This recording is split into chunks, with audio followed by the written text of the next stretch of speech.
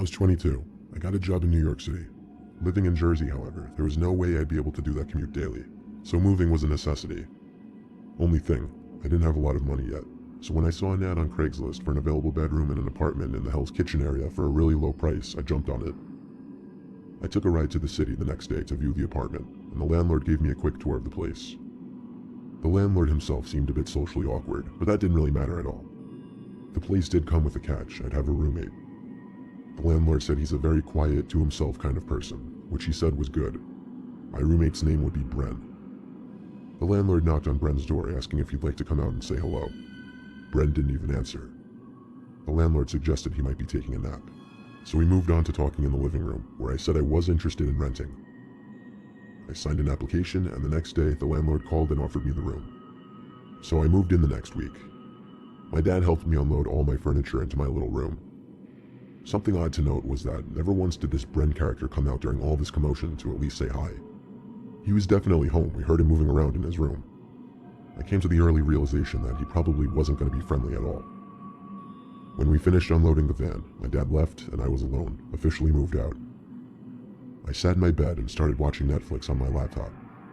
Then I heard the door to Bren's room open and close. This seemed like my chance to go out and say hi. It was his first time leaving his room. I got out of my bed, but before I could even get to my bedroom door, the front door to the apartment slammed shut. I stepped outside to the living room, and no one was there. I didn't know what the deal with this Bren guy was, but surely he had to know we'd have to meet eventually.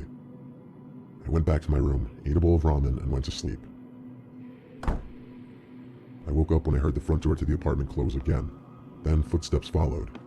The footsteps on the creaky wood floor made their way to the outside of my door, then stopped. I sat up and looked at the crack below the door. The outlines of feet could be seen through the light creeping in under the door. Why was he just standing out there like a creep? Of course I didn't say anything, I just waited for him to walk away. I didn't have my door locked, and I was low-key terrified of him entering my room. But thankfully, he walked away from my door and back to his room, and I heard him shut his door.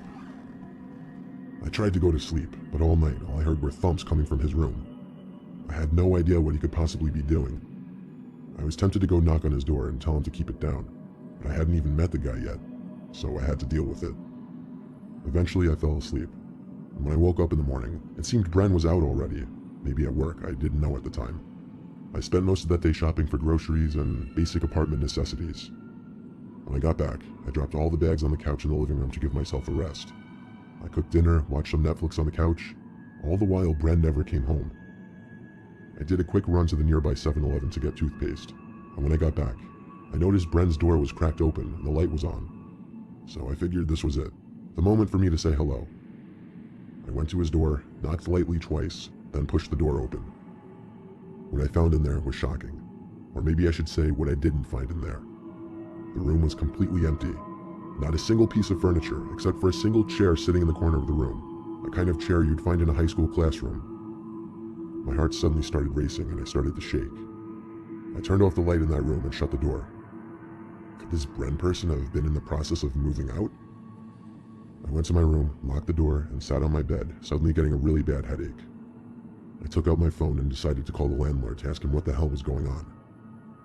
After dialing his number, I put the phone to my ear, and suddenly heard a loud ringing sound coming from my closet. I felt like my heart, which was already racing, was now in my stomach. The phone rang twice, then went to voicemail.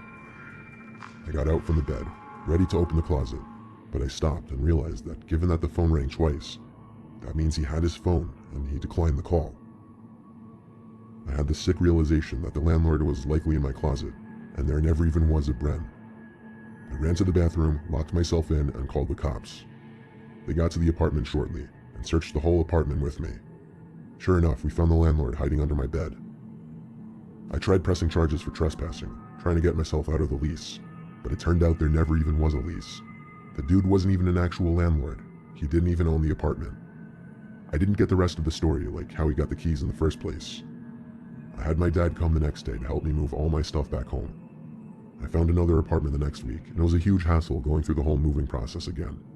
I knew from the start the so-called landlord gave off bad vibes, but who would have ever imagined the events that were about to take place?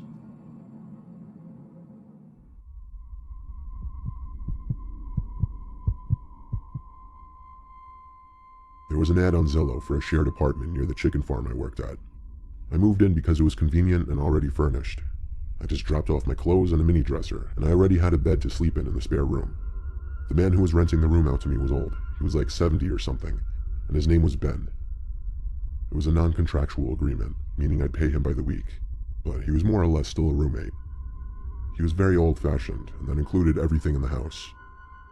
I've never exactly come from a wealthy family, so trust me when I say this was a steal for me. One night after getting home from a long day of work, I collapsed into bed and fell asleep like a baby, but suddenly I awoke to the bedroom door opening. Light poured into the room from the hallway, and standing in the doorway was the old man, Ben, with his hand on the doorknob. He said in his deep, hoarse voice, "Stay out of the basement." He said he knew I went down there. I defended myself and assured him I didn't, because I actually didn't. He shut the door, and I heard him walk downstairs. I sat there thinking this guy must be unstable or something. The next day, I was off from work.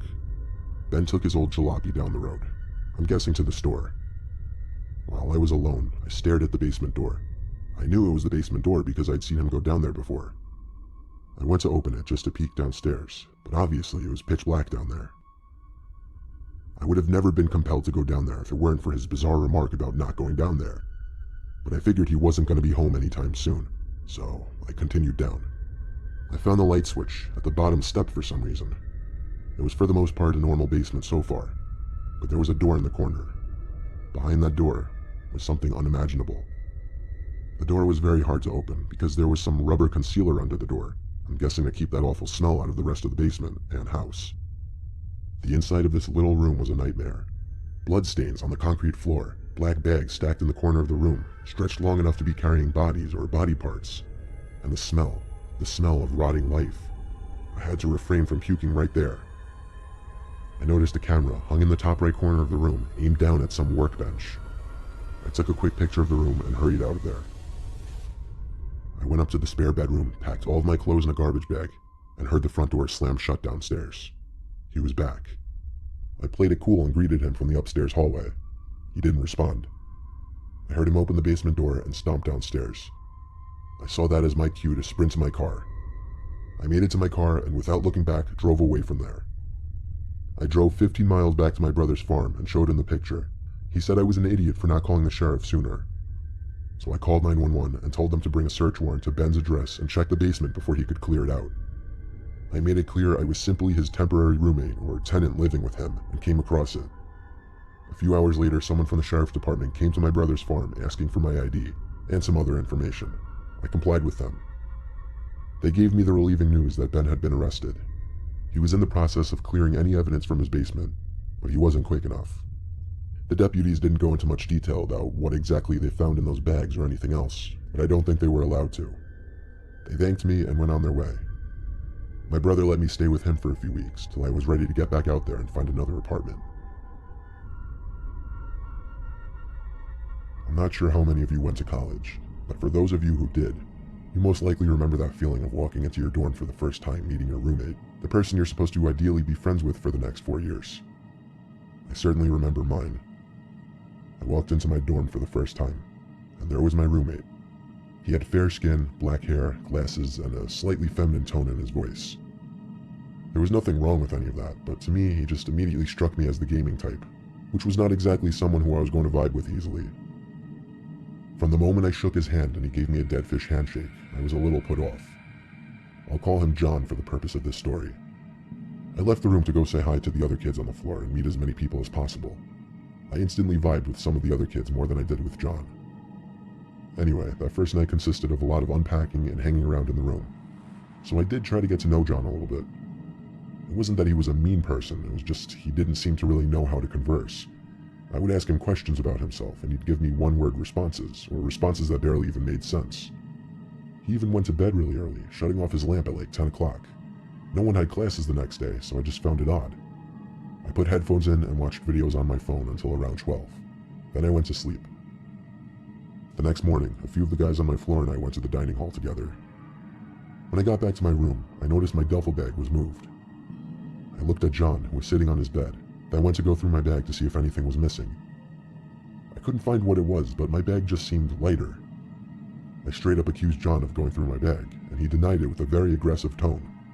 What could I do though? I didn't have cameras in the room, so I couldn't prove it. The next night, I tried inviting John out with me and a couple of the other kids from the floor. He didn't want to go, claiming he was trying to stay on top of his work as soon as possible. So I went out, and when I got back, John was fast asleep. It was kind of late, so I just went straight to bed too. It started to rain pretty heavy outside. A storm was in the forecast. I woke up in the middle of the night hearing thunder crashing. I was too comfortable and lazy to roll over and look outside, but even with my eyes closed, I was noticing the constant flashing from the lightning. If anything, it actually helped put me back to sleep. The next morning, I woke up, and my backpack was open and moved. I didn't accuse John this time. I decided I was going to stay up that night and wait, listen to what he was doing. So after a long rainy day, night came, as did the time for me to hit the hay. I stayed on my phone for a long time, listening to the rain outside the window. Around 1 or 2 a.m., I flipped on my side and pretended to be asleep. I did this for a long time, and eventually I started noticing the flashes again. 2 or 3, actually. I turned to my other side and saw John sitting upright in his bed.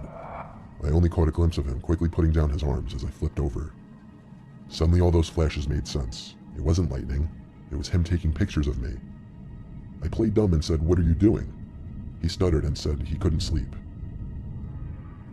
The next day I told the other kids on the floor about it and how weird John was overall. They said I should request a room change. I agreed with them. At whatever point I went back to the room, John was actually gone for once. I couldn't believe it. His laptop was also on his bed with the lid cracked open. I had to snoop. I was too curious. I opened the laptop, and I was on John's desktop, which was littered full of folders, programs, and images. It was the messiest desktop I've ever seen. I started opening the random pictures on his desktop.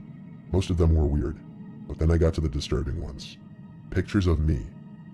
Upon opening one of them, I realized it was a picture of me in bed, taken with an iPhone with the flash. He had stored all the pictures he'd taken of me on his computer. He even had pictures of my duffel bag and the inside of my backpack. I took a video of the laptop screen, then deleted every picture I could find from his computer and closed his laptop. I went straight to the hall that dealt with dorm life and showed them the video. I requested a new roommate immediately. I don't know how John was disciplined by the school, but I was going to be given a new room across campus the next day. However, on my last night with John, I couldn't sleep at all. I heard the springs under his mattress kinking as he got up from his bed at some odd hour in the night. Then silence. Silence until I heard a short, quiet exhale come from right above my bed. He was standing over my bed, I just knew it. But I was just simply too afraid to turn around. Less than a minute later, I heard the springs under his mattress again, and the rest of the night was silence. I was out first thing in the morning. My new roommate was like a breath of fresh air, a normal guy. It's a little creepy knowing that John Kid still has all those pictures of me sleeping on his phone. I don't know what his goal with those pictures were. I don't know why he just stood over my bed like that the last night I was there. I don't know why he went through my bags. The kid was an insane creep, and I'm happy I got away from him. When I moved out from home, my dad's friend Kathy was subletting her apartment with 2 bedrooms. She said she'd give me a good deal, however I'd have to share it with some older woman she found. She was tight on money, so I understood. Kathy introduced the woman and I the day I moved in. Her name was Betty. She was like 60 years old. It felt weird knowing I'd have a roommate who could almost be my grandma. Since Kathy was subletting the apartment, it already had furniture. I just had to bring my own bed and dresser. The weirdness started on the second night. I was watching TV in the living room when Betty's head appeared from behind the wall to the hallway, and she stared at me intently. She started muttering these strange, faint noises. "Betty, you okay?" I asked. She groaned and disappeared back into the hallway. I immediately got on the phone with Kathy and asked if there was something wrong with Betty. Kathy said there was nothing wrong with her as far as she knew, though she only met her a week ago. When I told her about what Kathy just did, she was surprised. The next day I ran into Kathy cooking eggs in the kitchen. She said good morning, and I asked her if she was okay last night. She seemed confused what I was referring to, and I mentioned the way she was staring at me and making those noises. She claimed she had no recollection of it. All I could chalk it up to in my head was some kind of psychotic break. Fast forwarding through normal, unnecessary fluff, I was laying in my bed on my laptop with the light off. There was a knock at my bedroom door. I muted my laptop and heard the same moaning and groaning sounds of Betty from the night before. Quite frankly, I was uncomfortable with going out there. But this confirmed that something was definitely wrong with this woman. She kept knocking. It wouldn't stop. But the door was unlocked. If something was really wrong, I figured she'd come in. I really think the knocking and moaning went on for a full minute before I heard her walk away. It seemed these little episodes of hers would only happen at night. I almost wanted to be able to lock the door because it was kind of creepy actually, but the door had no lock. But she left, so I was okay to go to sleep now. I woke up expecting it to be like 9 a.m., but it was pitch black. I looked at my clock and it was 1:30 a.m. What I was woken up by became clear when there was a creak in the floor in the room. I saw a figure standing at the edge of my bed in the dark. "Becky?" I said. I heard the familiar groaning sounds again. I flipped on the lamp next to my bed, and there she was. This 60-something-year-old woman, with her long graying hair all disheveled, looking like a half-awake psycho. But really, the first thing I noticed was the large knife in her hand. I screamed a horrific scream as I curled up in the corner of my bed, expecting her to attack or do something. But she just kept making her strange sounds. Then she left the room. I ran to shut the door and block it with the dresser. I tried calling Kathy, but she was obviously asleep. I had to make it through the night, and it was a long 6 hours before the sun came up. I called Kathy at 8 and explained everything, and then I told her she needed to evict Betty immediately. She couldn't believe it, but she still apologized and said she'd be over that day. Kathy came to speak to Betty. She couldn't just evict her right away without a notice though, and the eviction process takes months. So Kathy told me it was best if I just left the apartment and found somewhere else to live while she dealt with Betty. Betty apologized and said she had no recollection of any of the stuff happening. After Kathy and I did some research, we determined Betty most likely had a severe case of sundowning syndrome, which causes people to become confused or aggressive late in the day when the sun goes down. It's really terrifying knowing in whatever confused state of mind she was in, she likely had the intention of coming into my room and stabbing me for whatever reason.